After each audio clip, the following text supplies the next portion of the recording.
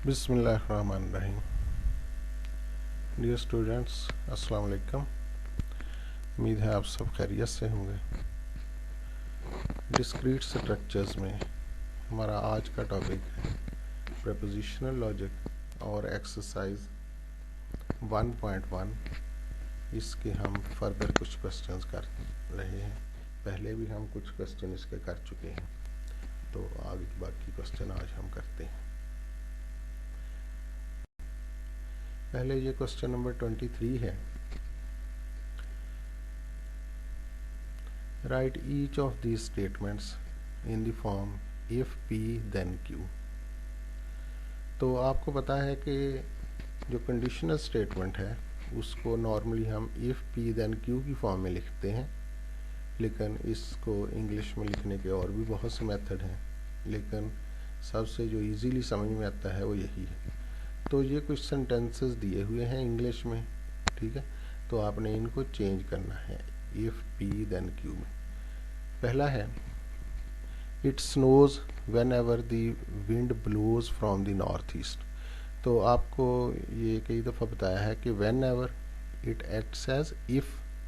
तो whenever वाले जो पार्ट है ये इफ़ स्टेटमेंट होता है, यानी हाइपोथेसिस होता है। तो आप लिखोगे if the wind blows from the north east then it snows, ठीक है। तो ये इफ़ देन की फॉर्म में हमने लिख दिया। बी पार्ट है The apple trees will bloom if it stays warm for a week। तो अब देखें, उन्होंने if वाला जो पार्ट है वो आगे लिख दिया है, लेकिन हमने इसको स्टैंडर्ड फॉर्म में इस तरह लिखना है, if वाला पार्ट पहले आ जाए हाइपोथेसिस।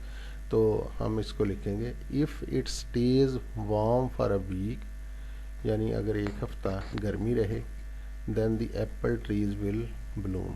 तो एप्पल के जो ट्री हैं उन पर फूल निकलेंगे।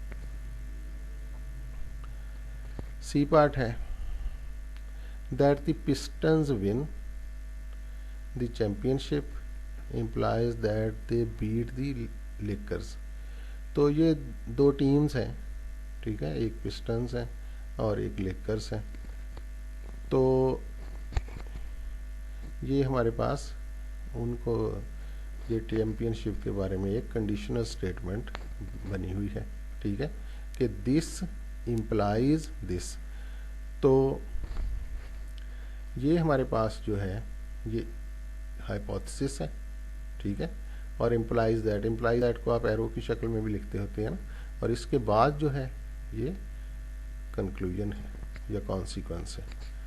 तो हम इसको इफ देन की फॉर्म में लिखेंगे if the Pistons win the championship then they beat the Lakers.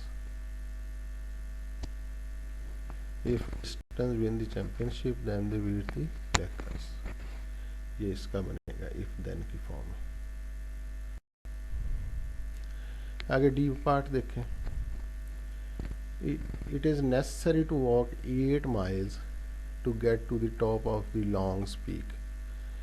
तो इस Long's Peak यानी इस चोटी पर पहुंचने के लिए हमें 8 माइल्स चलना ज़रूरी है, ठीक है।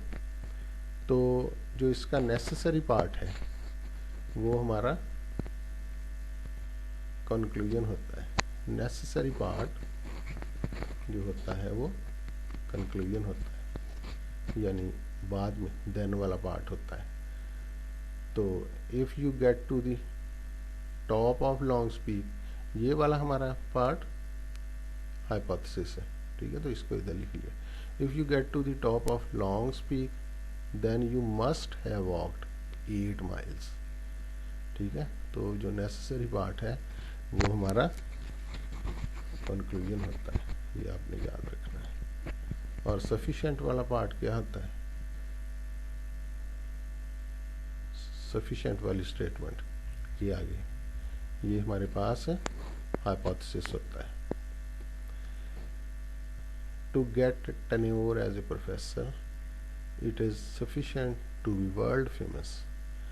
अब ये जो सफिशिएंट वाला स्टेटमेंट का पार्ट है ये हमारा हाइपोथेसिस होगा, यानी इफ पार्ट होगा। If you are world famous then you will get tenure as a professor, ठीक है।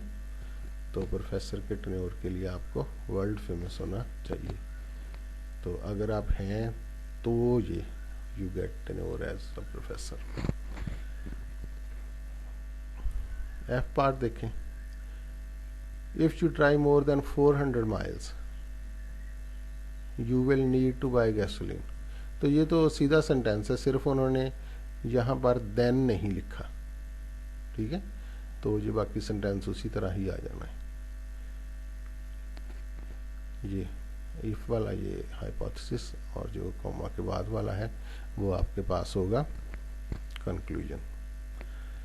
लेकिन ओनली इफ में बात उल्ट जाती है। ये देखिए आगे ओनली इफ आ रहा है। Your guarantee is good only if you bought your CD player less than 90 days अगो। अगर आपने 90 दिन से पहले CD प्लेयर खरीदा है तो फिर आपकी जो गारंटी है उसकी वो वैलिड है, गारंटी। तो अब ये देखें, ये वाला जो आपका पार्ट है ये कंक्लूजन है, ओनली इफ वाला पार्ट। इफ अगर होता, सिंपल इफ होता, तो ये जो पार्ट था ये आपका हाइपोथेसिस होना था। ओनली इफ में बात उल्ट हो जाती है। तो ये जो पार्ट है आपका ये कंक्लूजन है, और ये आपका इफ पार्ट यानी कि हाइपोथेसिस है।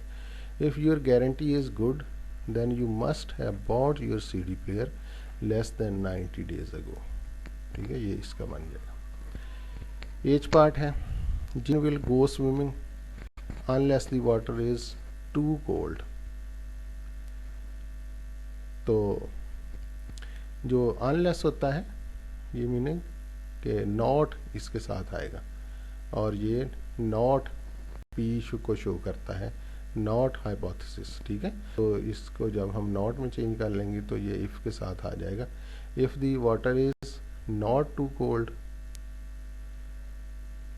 Then Jane will go swimming. तो इसका ये बनेगा इफ देन की फॉर्म में। क्वेश्चन नंबर 27 देखें। State the converse, contrapositive and inverse of these conditional statements.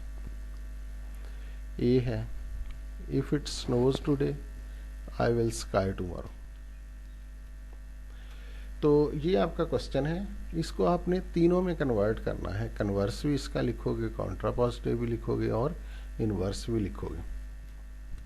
तो कन्वर्स में आपको पता है कि हम हाइपोथेसिस और कंक्लूजन को आपस में बदल देते हैं। तो ये देखें, अब इसका ये हाइपोथेसिस था और ये इसका कंक्लूजन था, ठीक है। तो इसको अब हम कंक्लूजन में ले जाएंगे। ये देखें, ओनली इफ वाला पार्ट कंक्लूजन होता है और ये हमारा हाइपोथेसिस बन जाएगा। तो ये हम लिखेंगे I will sky tomorrow only if it snows today, यानी सिर्फ अगर आज बर्फबारी होती है तो उसी सूरत में मैं स्काइंग करूँगा। कल बर्फ़ चाहिए होती है ना स्काइंग के लिए। आगे कॉन्ट्रापॉजिटिव में आपने दोनों के साथ नॉट लगा देना है और चेंज कर देना है कंक्लूजन को हाइपोथेसिस से और हाइपोथेसिस को कंक्लूजन से। होता है ना contrapositive, not q implies not b. तो ये बनेगा if I do not ski tomorrow. ये देखें, ये कंक्लूजन था तो इसका हमने नॉट लगा के ये पहले इसको हाइपोथेसिस बना दिया। Then it will not have snowed today. तो ये ज़ाहिर इंग्लिश का सेंटेंस भी हमने सही लिख रखना था, तो उसके मुताबिक ये बनेगा it will not have snowed today. Inverse इसका, इस सेंटेंस का इनवर्स क्या होगा? इनवर्स में आपने दोनों को नॉट कर देना है, ठीक है। Not P implies not Q, तो इसके साथ में नॉट लगा दोगे, इसके साथ में नॉट लगा दोगे। If it does not snow today then I will not ski tomorrow. तो ये इसका इनवर्स बन जाएगा इस सेंटेंस का।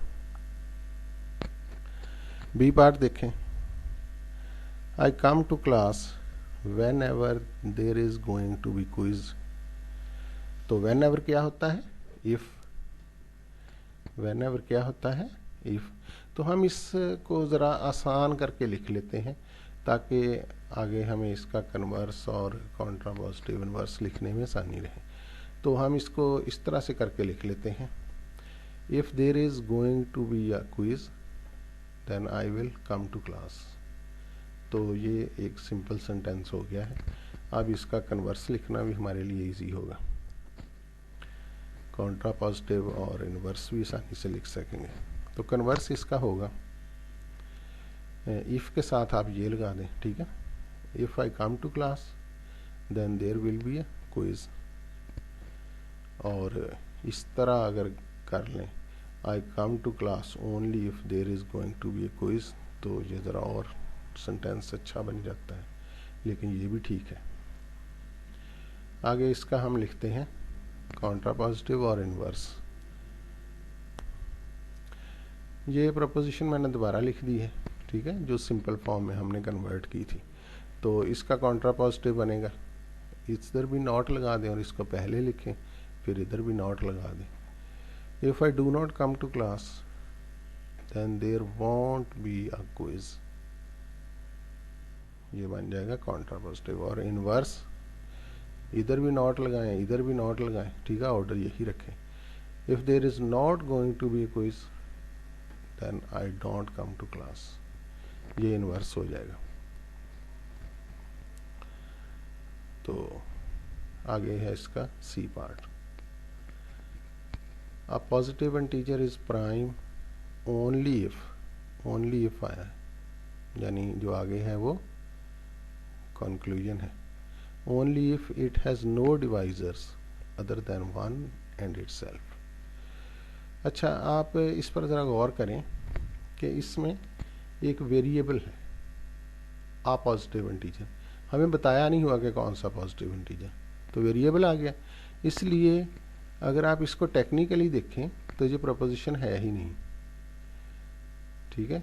तो ये एक सेंटेंस है, लेकिन सेंटेंस का भी हम कॉन्ट्रापॉजिटिव बना सकते हैं, ठीक है, इनवर्स भी बना सकते हैं, कन्वर्स भी बना सकते हैं। तो इस सेंटेंस का बनाते हैं हम, इसको प्रपोजिशन नहीं कहेंगे, ठीक है। तो वो अगले पेज पर बनाते हैं।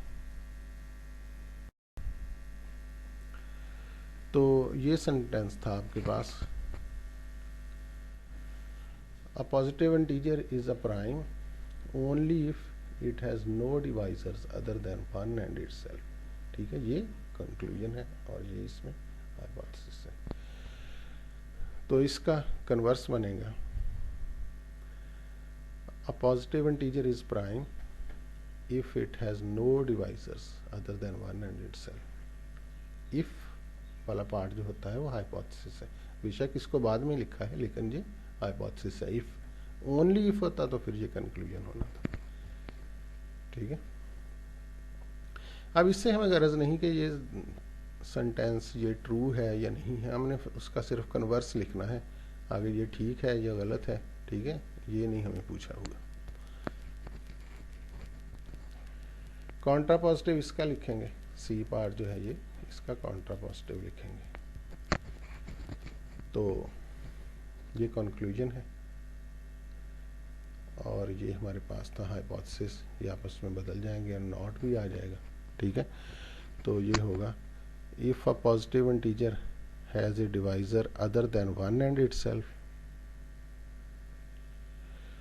Then it is not prime. अब आप गौर करेंगे कि यहाँ तो था नो डिवाइजर, तो मैंने यहाँ डिवाइजर लिख दिया, इसके नॉट नहीं इधर लगाया।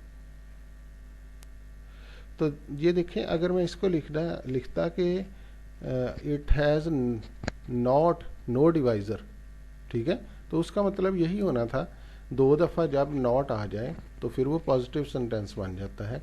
तो इसके मीनिंग यही होने थे कि इट हैज़ अ डिवाइजर, ठीक है। नॉट नो डिवाइजर के मीनिंग है कि इट हैज़ अ डिवाइजर।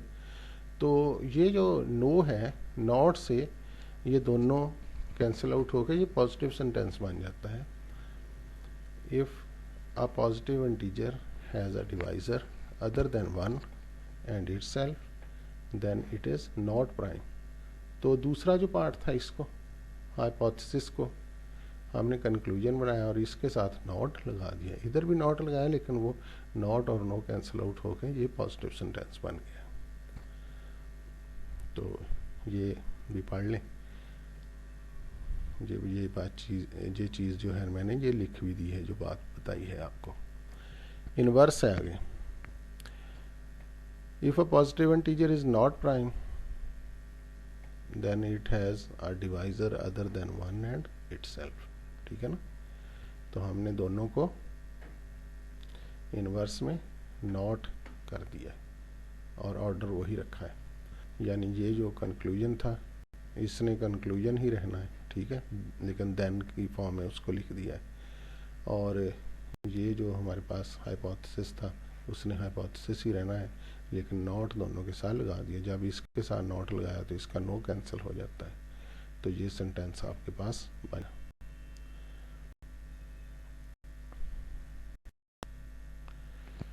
आगे है question number 42। What is the value of x after each of these statements is encountered in a computer program if x equal to 1 before this statement is reached. तो x की value start में 1 है, हर एक में हमने x की value start में 1 रखनी है और फिर इसको इफ देन स्टेटमेंट को एग्जीक्यूट करना है।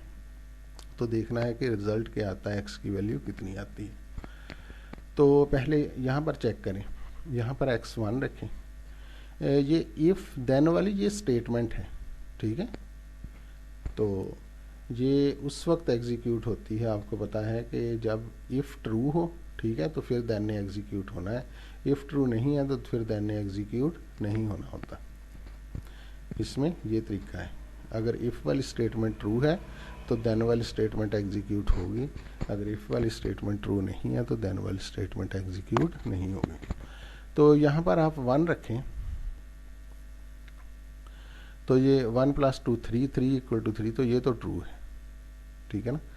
तो देन वाली स्टेटमेंट अब एग्जीक्यूट होगी। तो x को 1 वैल्यू ऑलरेडी थी, +1 होके उसकी 2 वैल्यू ये असाइन हो जाएगी x को, ये असाइनमेंट स्टेटमेंट है, ठीक है।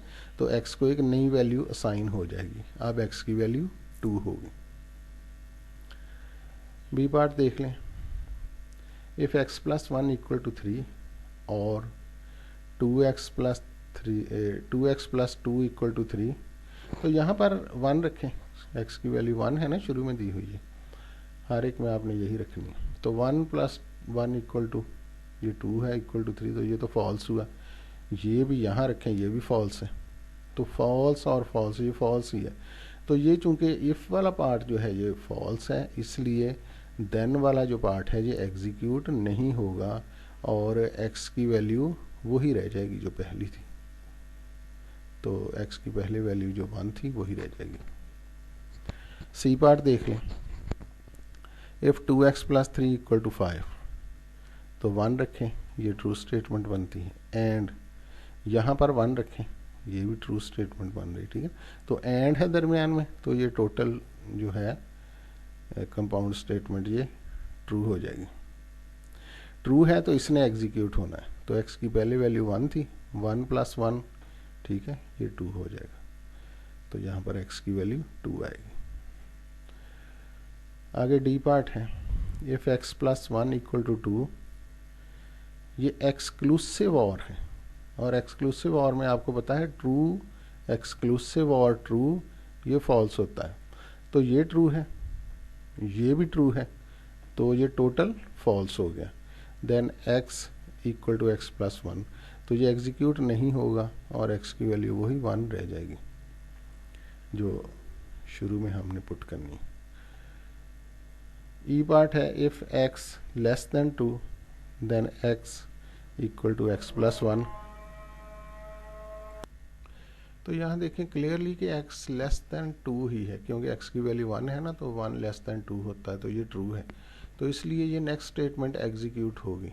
तो x को उसमें 1 ऐड होके जो नई वैल्यू साइन होगी वो है x = 2, तो ये x की नई वैल्यू होगी। आगे है क्वेश्चन नंबर 43। तो जो अभी तक हमने प्रपोजिशंस पढ़ी हैं, अगर उसमें हम ट्रू को 1 से रिप्लेस कर दें और फॉल्स को 0 से रिप्लेस कर दें तो वो हमारे पास बिट स्ट्रिंग बन जाती है। तो ये बिट स्ट्रिंग्स हैं और इसको हमने उनका बिट वाइज और फाइंड करना है, बिट वाइज एंड फाइंड करना है और बिट वाइज XOR यानी एक्सक्लूसिव और। तो एक ये है स्ट्रिंग, बिट स्ट्रिंग, और एक ये बिट स्ट्रिंग है। तो पहले हम बिट वाइज और फाइंड करते हैं। तो आपको पता है कि 0 और 1 ये 1 होता है, 1 और 0 भी 1 होता है, तो ये सारे 1 आते रहेंगे। ठीक है, ये सारे 1 है, एक तो 1 हर एक में है ना, दोनों 1 भी होते फिर भी यहाँ 1 ही आना था, और है क्योंकि। बिटवाइज एंड जब हम करेंगे तो यहाँ ये 0 1 0 हो जाएगा, 1 0 भी 0, तो ये सारे 0 ही बनते हैं बिटवाइज एंड से। बिटवाइज XOR एक्सक्लूसिव और, तो एक्सक्लूसिव और की तरह ही है स्वाय इसके कि अगर यहाँ 1 1 कहीं आ जाता तो उसको हमने 0 लिखना था। तो यहाँ कहीं भी 1 1 नहीं है, इकट्ठा आ रहा, 1 0 है या 0 1 है। ठीक है, तो ये हमारे पास ये भी 1 ही बनेंगे सारे। तो ये बिटवाइज XOR एक्सक्लूसिव और बनाए। इसी तरह बी पार्ट देख लें, एक ये स्ट्रिंग है और एक ये स्ट्रिंग है। तो पहले और से करते हैं, 0 0 ये 0 होता है, 1 0 और 1 ये 1 होता है, 0 0 फिर 0 0 1 ये 1 1 0 ये 1 हो जाएगा, 1 1 भी 1 होता है, और में एक्सक्लूसिव और में 1 1 0 होता है। तो ये 1 और ये 1, तो ये आएगा आंसर आपका। अगर बिटवाइज एंड इसका फाइंड करें, ठीक है, तो एंड में 0 0 0 होगा, 0 1 भी 0 होगा। ठीक है, तो ये तो जीरोज आ जाएंगे, सिर्फ यहाँ पर 1 आएगा, और एक यहाँ पर, यहाँ 1 1 है, यहाँ पर 1 आएगा, बाकी जीरोज हो जाएंगे। XOR एक्सक्लूसिव और, उसमें 0 0 0 1 0 ये भी 1 होगा, तो 0 0 ये भी 0 होगा, 1 0। तो यहाँ पर और से यहाँ पर फ़र्क पड़ेगा, यहाँ पर 1 और 1 है तो यहाँ 0 आएगा, यहाँ 1 1 है तो यहाँ 0 आएगा, बाकी ये और वाला ही है सारा। तो ये इसका आंसर हो जाएगा बी पार्ट का। ठीक है, एक्सक्लूसिव और से ये है। सी पार्ट भी इसी तरह देख लें, ये 2 बिट स्ट्रिंग्स हैं, तो इसको हमने और से बिटवाइज और इसका फाइंड कर लिया। ठीक है, तो और सिंपल है, आप कर सकते हैं इस तरह से। ठीक है ना, तो यहाँ 0 0 है, वहाँ पर 0 हो जाएगा, 1 0 भी 1 होगा और 1 1 भी 1 होगा। ठीक है, तो ये आ जाएगा बिटवाइज और, ये बिटवाइज एंड हो जाएगा, और ये बिटवाइज एक्सक्लूसिव और, जहाँ 1 1 है वहाँ 0 आएगा, बाकी सारा और वाला ही होगा। डी पार्ट देखें, ये 2 बिट स्ट्रिंग्स हैं, तो इन 2 बिट स्ट्रिंग्स का हम बिटवाइज और पहले फाइंड कर लेंगे, सिंपल है। ठीक है ना, तो 1 1 ही आना है, बिटवाइज एंड 0 0 ही आना है, बिटवाइज XOR ये 1 1 ही सारा आएगा। ठीक है, तो ये आपका क्वेश्चन नंबर 43। तो डियर स्टूडेंट्स, ये था आपका आज का लेक्चर। उम्मीद है आपने इसको अच्छी तरह से समझा होगा, और अगर कोई आपको इसमें डिफ़िकल्टी हो तो आप कमेंट्स में मुझे पूछें, वो मैं क्लियर कर दूंगा। और अगली लेक्चर तक के लिए अल्लाह हाफिज़, अल्लाह आपका हामी नासिर हो।